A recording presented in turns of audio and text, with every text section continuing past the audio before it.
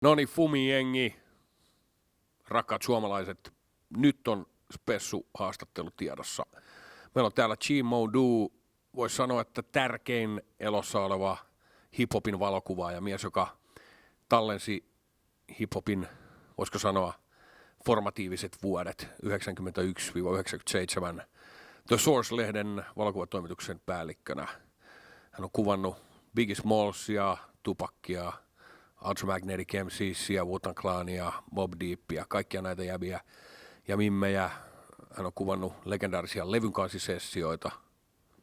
Welcome to Helsinki and Finland, Chi Modu. Great to be back here. You shot a lot of album cover stuff for cats like Artifacts, Jeru the Damager, Black Moon, Mobb Deep. Is there anything particular from those days you'd like to share with us, maybe about Mobb Deep? Well, I mean, Mobb Deep, I don't know if people know the mob really, but they're kind of a funny crew because there are a lot of them. So there's Prodigy and Havoc, but then they have their whole community that rides with them. So whenever you show up to them, you're dealing with about 15 to 20 cats all at the same time. But you think they're hardcore, and they are hardcore, but the mob is real loyal. So to me, they're probably the group that's the loyalist to me over the years. So anytime they see me, they shout me out. If they're in concerts, they pull me backstage or on stage with them. So I was with them at Blockfest, hanging out. You know, our relationship goes back 25 years almost at this point. So those are definitely my guys. But I did Method Man's first album, Snoop's first album, Doggystyle. But I didn't do that much album artwork because I was really an editorial photographer. And that's why my pictures still live today. Because album artwork can be real thematic. It's like, we want to look this way on our album. And it fits for the cover, but you can't really use it that much after. So since I did editorial stuff, my pictures still keep on living over and over again. So I'm glad I wasn't really that commercial, because it's given me a much longer career. Now, you're an East Coast cat, but you developed a very strong bond with a lot of West Coast rappers also. Yep. You were there when Dr. Dre and Snoop Dogg recorded Doggystyle. Can you explain how was the vibe in the studio at that time? I mean, you know, when you're at that time in hip hop, you know, everybody is just excited, alive, and trying to work together and create art. There's not as much of the feuding or the battles. It's just, let's make good music, right? And so Dre was big, of course, post-NWA and beginning years of Death Row, right? But he was still approachable. You know, I don't really quite know how Dre is these days. Of course, if we see each other, we get along, so we have history. But things change over time, and I hear he's a billionaire now. So I wonder if he'll take just anybody's call anymore. But I know these guys before the money mattered. So I really know the purest form of them. So I always enjoy going into the recording studio. There's nothing like it. You know, because that's where you see the magic being made. Some people think it's boring, but for me, it's exciting. You know, because that's where it goes down. So with the camera, I want to go into every aspect of what you do. Like, that's what I try to do. So I want to record the full circle of who you are. So it's not just Snoop out on the block, it's Snoop at work, it's Snoop with his friends. You know, who are your friends? Where is your mother? Where's your sister? Like, all of that is the photography that I do. Like, tell stories. Yeah. Now, there's one couple of other rappers, West Coast rappers I'd like to discuss. First one being Eazy-E. You shot some amazing stuff with him and his car. Can you explain about that shoot? Yep, it was Eazy. It was for a Source cover in 1994. And the funny thing about that cover that I did, it's him sitting on the hood of his '63 Chevy. But that's the cover that Biggie holds up during the video for Juicy, when he says, "My mom smiles every time my face is up in the Source." Yeah. So he holds up that Eazy-E picture. I kind of laughed when I saw it, because I know both of them, but it's funny that it's immortalized in that shot. But Eazy showed up and was at the first house he ever bought in Norwalk, California, a little suburb of LA.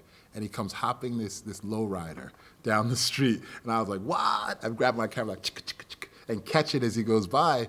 And that was kind of my personality. If I see something, I get excited, but I make sure to record it. And now when you look at the picture of Eazy's car in the air as he's flying down the street, it's forever a part of the history and kind of reinforces who he was, you know? So easy to work with, man. Like goosebumps. Like no joke, you know? Like he's, because he knew who he was, but think about it, by then, he'd already been rich a good 5 or 6 years, you know? So, and his previous life, he had money too, so it wasn't really a money thing with them. It was more about having a voice. You know, so after we hung out, did a bunch of shoots with the lowrider, him hopping the car outside of it, leaning against his car. Then we go into his house. And we're hanging out, me, the art director, Eazy, his bodyguard, drinking, just chilling. And he plays a demo tape of Bone Thugs and Harmony. He's like, yeah, these cats from Cleveland gave me this. What do you think? And he played it. I was like, it's pretty cool. I mean, it's all right. A little sing-songy, but it's cool. And then, you know, what do I know, right?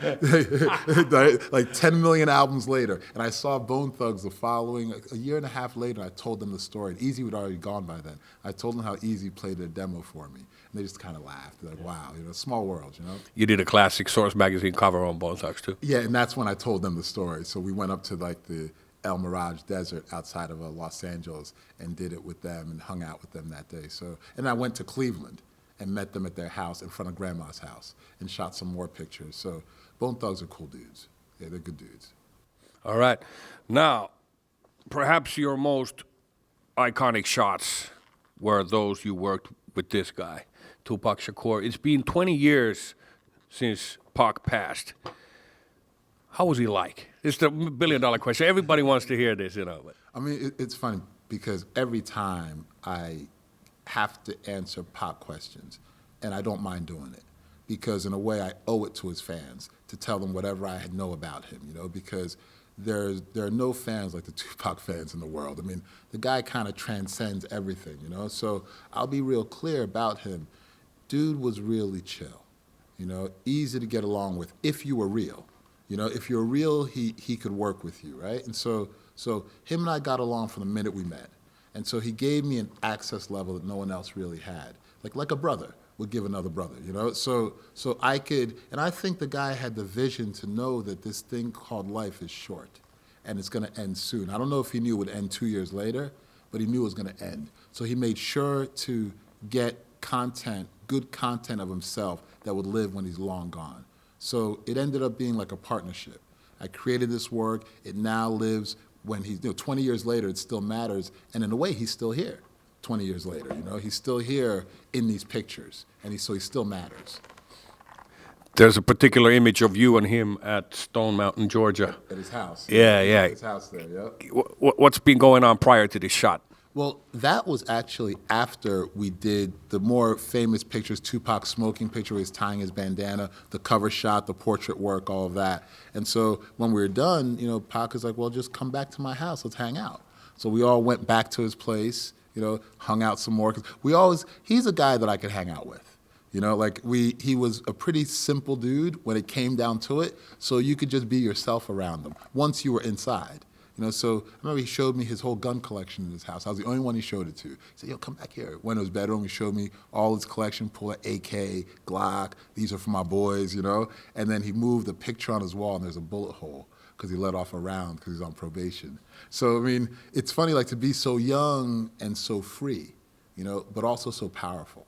You know, and when you're in the middle of it, you don't really know the power you have, because in some ways, if you know, it could be a problem. So it's kind of nice that we work in a vacuum and just kind of produce it, and then later, even like my work, everyone, to them, I'm like a discovery now.